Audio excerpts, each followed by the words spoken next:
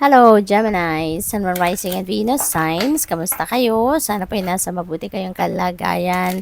Welcome back po sa Star Tarot. Kung bago kayo dito, welcome din kayo. Thank you for your support. I truly appreciate it. God bless you all, Gemini. Una mensahe po ninyo, angel number 9999. Ayan, so there is culmination, there are results sa mga ginagawa ninyo, reflection, completion, benefits na pwedeng matanggap din ninyo at this time. Sabi dito, take stock of your accomplishments and how you arrived at them. Okay, this is a reminder to maintain optimism and drive toward your goals. Maintain your momentum and know that the powers of heaven have your back. You made it and the reward goes to you. Ayan, so meron talaga magagandang resulta ang inyong mga ginagawa. No, ang inyong mga efforts, no, na inexert ninyo, merong balik, no, merong swerte, merong magandang pangyayari. Magandang result. Wow. Napakaganda nito. Wish come true. Angel number 1111. Ayan. So, you are going to make your wishes come true na, no?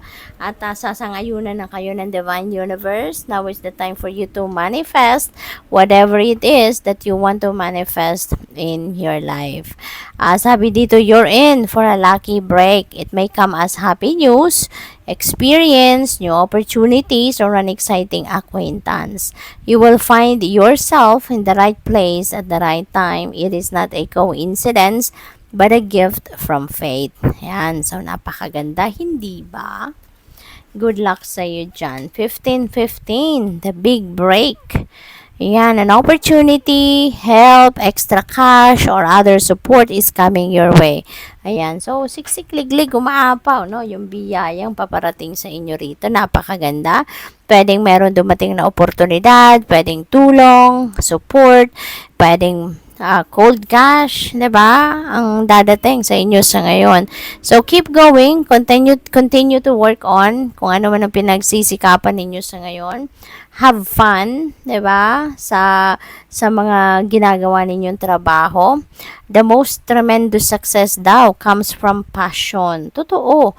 Kasi when you love what you are doing, nako, talagang magiging maganda ang resulta or maaaring maging mabilis, no, ang pagkamit ninyo sa goals ninyo, kung ano man ang sinet ninyo para sa sarili ninyo. All efforts will be rewarded big time. So, pwedeng kung ano man ang tiyaga na ginagawa ninyo sa inyong trabaho sa ngayon, rest assured, no, na talagang bonggang-bongga din. Baka times 100 ang biyayang dumating sa inyo dito. We have Page of Wands. Ayan. So, merong mga opportunities na kakatok dito sa buhay ninyo. Maganda to kasi this could be where your passion is. Kung ano man ang opportunity na pwedeng dumating sa inyo sa ngayon, maaaring ito na yung kumbaga breakthrough na hinihintay ninyo. This could be something na pinapangarap ninyo matagal na, no? Kaya you are going to be excited and passionate about that. So, what else? We have 3 of Wands. Ayan. So, this is implementation stage, no, Gemini? This is the time that you are going to implement your plans. Kung nakongkreto nyo na, kung ano man ang inyong mga plano sa buhay, eto na yon, no, gagawin nyo na ito. Sisimulan nyo na itong gawin at i-implement, okay? Maaari din ang iba sa inyo dito magta-travel, no? Baka yung travel na to, pasyal, baka pag-aaral, or baka expansion ng negosyo, or baka magsisimula kayo ng negosyo, no? So, that is also possible. Pwede rin na meron kayong hinihintay rito, no? Baka naghihintay kayo ng resulta, naghihintay kayo ng mga balita, naghihintay kayo ng schedule ninyo sa pag-travel, or baka naghihintay kayo ng mga travel documents ninyo, something like that, no?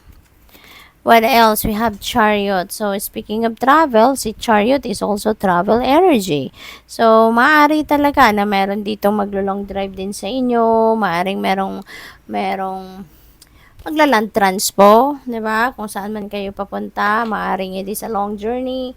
Kaya, maaring magla-land transpo kayo. Pwede rin na, kasi pwedeng domestic travel ito, no, for some of you, Gemini. Maring related dito sa negosyo, pag-aaral, or pasyal, no. There is also success na naghihintay sa inyo, no. Kaya, maaring maging busy talaga kayo sa ngayon. We have 5 of Wands. Ayan. So, wow. Pwedeng merong mga naiinggit sa inyo rito, Gemini. Pwedeng kayo ay kinaiinggitan. Pwedeng meron ditong um, pwedeng ano to eh. Pwedeng rivalry, no? Pwedeng rivalry. Pwedeng sa trabaho ito related na na pa-contest, no? Pwedeng nagko-contest kayo sa isang posisyon. Pwedeng nag-aagawan sa isang posisyon, no? Pwedeng sa promotion, pwedeng ganun. Pwede rin na magkakaibigan ito, no? Baka pagkakaibigan may inggitan, no? Or may hindi pagkakaintindihan, no, sa isang sitwasyon. Baka mayroong pinag-aawayang opinyon ng kung kanino mang opinyon na maaring nagte-take side sa isang opinyon ng yung ibang tao, yung iba naman sa kabilang side. So, pwedeng may ganong ano dito sitwasyon, no? So, good luck. Thank you for watching. Love and light. Namaste.